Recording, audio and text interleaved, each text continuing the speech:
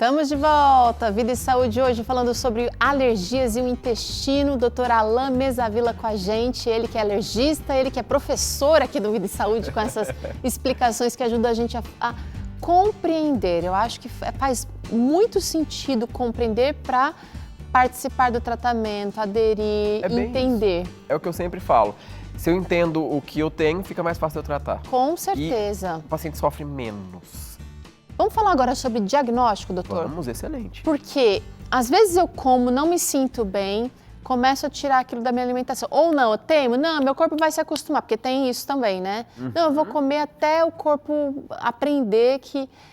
quero saber por que o diagnóstico, como que é feito esse diagnóstico. Excelente, então vamos lá.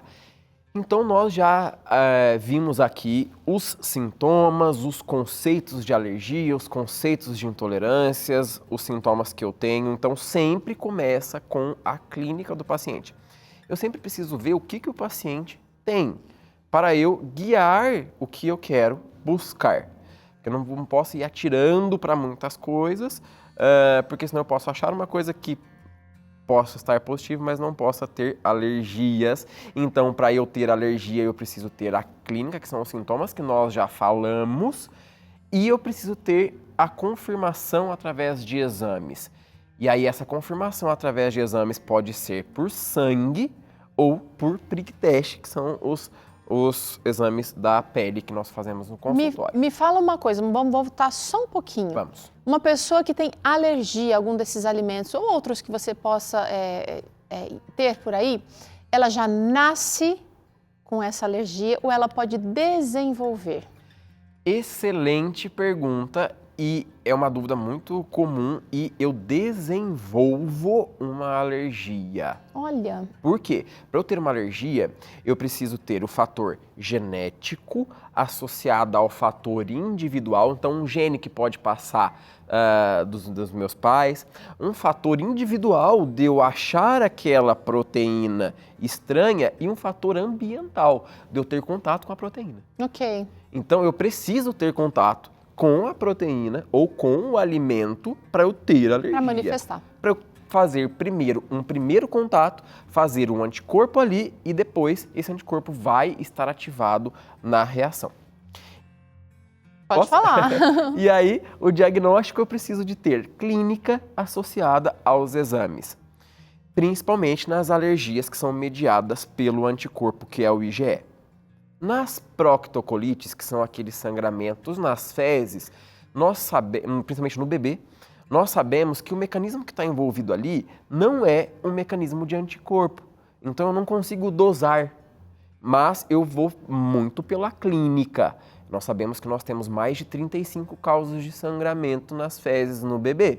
Então a alergia alimentar não é a única. E isso eu estou dando uma dica para a mamãe que está em casa, que pode estar sofrendo com o bebê, que está com o intestino ali com sangramento nas fezes e que já tirou todos os alimentos da dieta da mãe e não melhora. Vamos dar uma atenção para as outras 35 causas? Então nós precisamos... Mas o que pode ser, além de ser... Pode ser desde malformação intestinal, pode ser... Essa microbiota que está se formando ainda. Microbiota que está se formando, alterações congênitas, fissura anal, assadura, um monte de coisa pode causar sangramento. Mas nessa proctocolite em específico, o paciente não precisa pedir exames, é mais pela clínica mesmo. Tá? E os outros tipos de alergia, que é ali a esofagite eosinofílica, isso a gente vai muito pela clínica e eu preciso fazer uma endoscopia, que aí já entra um fator muito difícil, principalmente nas crianças, e o FPAS, que são vômitos em jato, que normalmente vai mais pela clínica mesmo. Tá, aí o paciente vai relatar, ou o cuidador vai relatar ali que isso acontece. Sim. Vamos dar uma olhada nos tratamentos agora, o que é possível fazer? Existem muitos profissionais já transitando por essa área, tentando buscar respostas. Precisa excluir, então, os alimentos que causam alergia da dieta, o uso de medicamentos e, é claro, prevenção e educação, não tem como fugir. Excelente. Qual é o melhor tratamento para alergia alimentar? Restrição alimentar. É o melhor. Aí eu tenho certeza que agora eu tenho um monte de mamãe em casa que está assim, meu Deus do céu, vou ter que fazer a restrição para o resto da vida. Porque quando nós estamos falando em tratamento, nós estamos vendo o melhor para o paciente. E se eu sei que na introdução do alimento ele vai ter alguma reação grave, então o tratamento é a exclusão, ele continua sendo ainda o melhor tratamento. Porém, nós podemos ter um tratamento com medicamentos quando o paciente tem os seus sintomas, que ele precisa ser tratado, né? Então, se o paciente tem uma reação grave, nós podemos sim fazer ali adrenalina para salvar o paciente, os antialérgicos, os corticoides, nós temos protocolos para isso, por isso do diagnóstico ser tão importante, né? Dos medicamentos, nós temos um medicamento em estudo, que é um anticorpo monoclonal, que chama Dupilumab, que pode estar ajudando os pacientes a ficarem mais tolerantes, só que isso ainda está em estudo. Tá.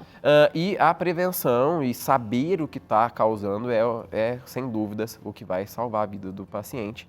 Mas nós temos outros tipos também. Que vamos trazer quais falar, são os outros, o que mais que é a faz parte? conscientização. E a conscientização, isso é do paciente, família, eu digo aquela família do ambiente Imediato, de casa, né? a família de todo mundo que está em volta, na escola, todo mundo precisa saber que essa criança tem uma alergia alimentar, ou que o adulto tem uma alergia alimentar, para não ter aquele alimento que pode conter o leite, ou para não fritar ali um peixe no que foi frito, o camarão. Então todo mundo precisa estar ciente disso, né?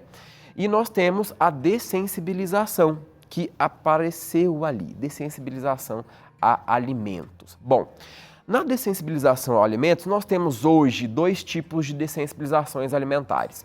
Uma que eu faço com o próprio alimento. Vamos dar um exemplo do leite. Eu vou pegar o leite e vou fazer inúmeras diluições deste leite e eu vou fazendo através do prick test, onde o paciente começa a não apresentar mais as proteínas, a reagir ali, eu vou subindo essas dosagens. Então você não vai dar para ele beber, primeiro vai ser feito na pele. Primeiro você faz na pele para ver até quantas vezes eu vou diluir, depois eu vou, seguindo um protocolo, fazendo uma introdução, isso eu coloco alguns antialérgicos juntos, normalmente a dessensibilização desta forma a gente deixa para pacientes mais graves. E nós temos um outro tipo de dessensibilização, que é o protocolo Baked, onde nós fazemos alimentos cozidos, alimentos processados, mas nesse caso de processado não é um ultraprocessado. Quando nós estamos falando de processado, nós estamos falando de cozimento. É um processado caseiramente. Isso, excelente. Então, o que a gente começa com alimentos que contenham menos proteínas e elas mais processadas, mais quebradas com cozimento, a maioria das proteínas quebram. E aí nós vamos indo para alimentos que são com mais proteínas e menos quebradas. Isso tudo eu estou ensinando o meu sistema imunológico a criar mecanismos para bloquear aquele anticorpo que eu produzi. Como se eu estivesse treinando uma aceitação. Como se eu estivesse fazendo uma vacina. O mecanismo é o mesmo. Só que o intuito deste tratamento, que é o que eu falo sempre para os pacientes, não é o paciente consumir o alimento. Consumir o alimento é um bônus. O intuito desse tratamento é prevenção de risco. Prevenção de gravidade. Caso ele entre em contato, ele não vai ser tão nocivo. Excelente, é isso. E aí, como bônus, ele volta a comer o ovo, a tomar o leite, a consumir o gergelim e tudo isso. E sempre temos que ter no tratamento um acompanhamento médico para não haver ali restrições exageradas. Desnecessárias. Eu tenho pacientes que com quadros de dermatites atópicas, que o paciente já vai criar vários anticorpos que foram restritos mais de 13 alimentos da criança. E aí depois para a gente voltar é complicado, porque aqui vai um dos últimos conceitos que nós precisamos ter. Então nós já conversamos sobre um panorama geral da alergia alimentar, onde eu sei que para eu ter uma alergia eu preciso de sintomas e anticorpo. Mas se eu tenho só um anticorpo e não tenho o meu sintoma, eu não tenho uma alergia, eu tenho uma sensibilidade. Olha aí. Se eu tenho uma sensibilidade e o meu organismo já está acostumado a entrar aquele alimento que eu tenho um anticorpo de memória, eu tenho um autocontrole. Se eu paro de consumir o alimento que eu tenho um anticorpo de memória, eu posso me tornar alérgico àquele alimento. E é aí que está o grande problema. Por isso que a gente sempre tem que procurar a ajuda de quem trabalha com alergia alimentar para não levar a esses grandes números de restrições. Nossa, porque aí depois a reintrodução pode ser muito mais trabalhosa e até perigosa. Com certeza, é bem isso. E você está falando de adultos e crianças, doutor? Adultos e crianças. E nesse caso vai ser a proteína, o grande X da questão? O grande X da questão ainda é a proteína. Tá, agora vamos falar desses medicamentos que podem ser necessários aí para atender esse tratamento das alergias, porque tem gente que fica preocupado sobre prejudicar ainda mais o intestino. E aí, tem impacto? Sim, eu acho que eu posso dividir em dois. Vamos lá. Primeira coisa, quais são os tratamentos de uma reação alérgica grave? O tratamento que vai salvar a vida do paciente, a medicação que vai salvar a vida do paciente é a adrenalina. Então, normalmente nós temos canetas de adrenalina autoinjetável, o Bernardo já tem a dele. Então, se entra em contato com o alimento, a primeira medicação que vai salvar a vida do paciente é a adrenalina. Então, o paciente tem que receber adrenalina quase que de imediato. E aí a gente faz as prescrições junto com o plano de ação que o paciente tem que ter. E quando nós estamos falando em agressão intestinal, nós podemos falar sim que várias medicações podem levar à lesão das células que recobrem o meu intestino por dentro. Os antibióticos, por exemplo, eles são remédios clássicos que vão alterar a minha microbiota, porque eu vou matar bactéria boa e bactéria ruim.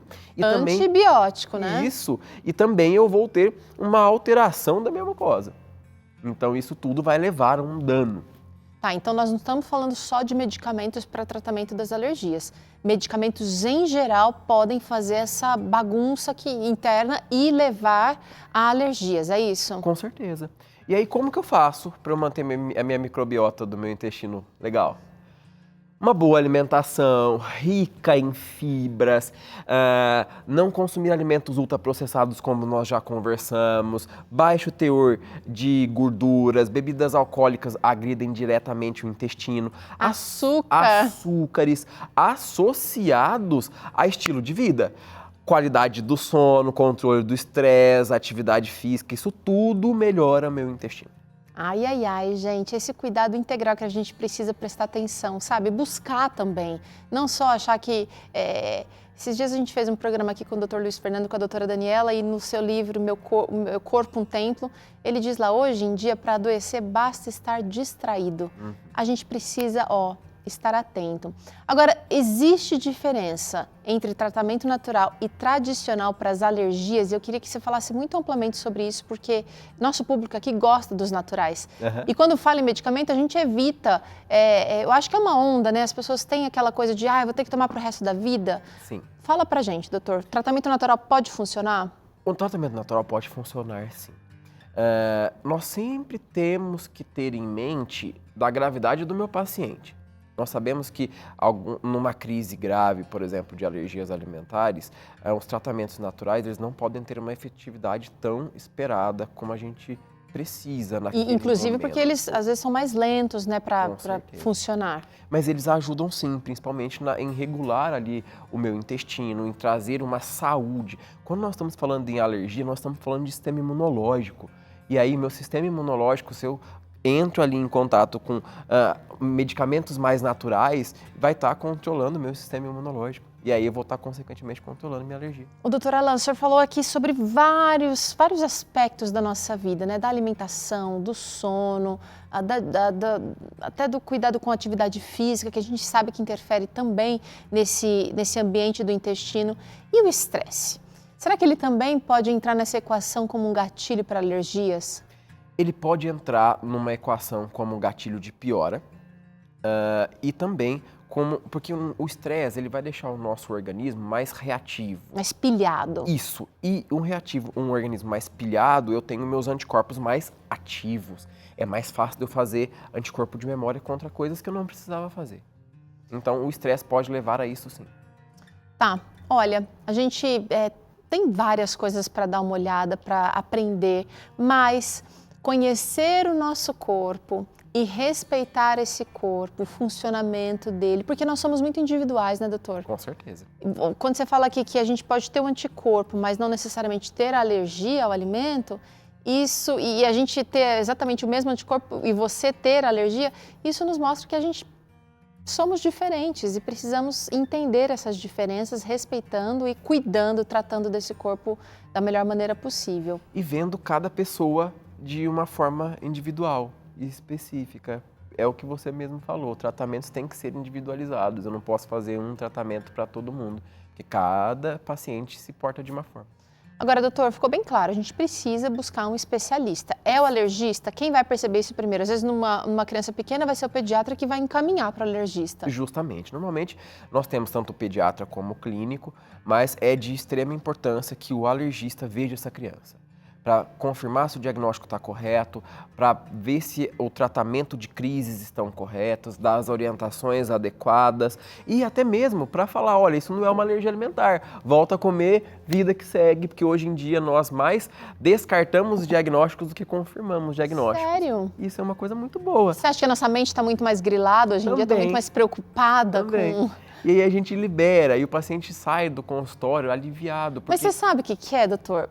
Com a informação mais disponível, a gente também fica mais sugestionado. Fala aí pra mim, se você nunca recebeu aí no seu WhatsApp ou no seu Facebook, viu aqueles casos extremos e você não falou, nossa, será que eu posso ter? A gente fica mais assim, a gente pega o do outro, a doença do outro. Com certeza, com certeza. Isso é estudado, né, cientificamente. Você começa a sentir o que você consegue ver ali, né? E é muito legal quando o profissional vai e faz. Você fala assim, a clínica é importante, mas o exame também. Também. E hoje em dia, um dado importante. Tem um mito que percorre que exames de alergias alimentares só se colhem depois de 2 anos de vida e isso é um mito que precisa ser urgentemente desmistificado. Porque senão vai fazendo restrições e não sabe se realmente o paciente tem anticorpo de memória.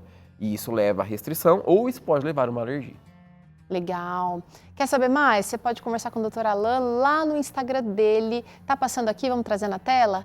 @Dr. Alan Mesavilla. Eu falei Mesaville, né, doutor? Perdão, é Mesavilla. Tá lá no Instagram, você tem colocado muita coisa bacana e realmente de educação em saúde. É legal quando um profissional se porta dessa maneira, porque muitos médicos parece que gostam assim de alimentar aquela ideia de doença para manter aquele paciente. Mas o conhecimento liberta. Com certeza. E não vai faltar cliente, porque a gente... E nos ajuda, o conhecimento nos ajuda, a gente tem que ensinar porque nos ajuda a tratar melhor. É verdade, é verdade. Tá aí, eu quero agradecer mais uma vez sua participação. E ele volta para a receita. A gente faz um intervalo agora curtinho, porque na volta tem claramente, o Dr. César vai falar sobre o controle das emoções e dos impulsos. Gente, assunto muito importante aqui. E vai ter salada com molho indiano. Olha só que receita bonita, levinha. E eu quero saber o que a Arlete pensou para esse molho indiano. A gente volta já já com essa receita para você.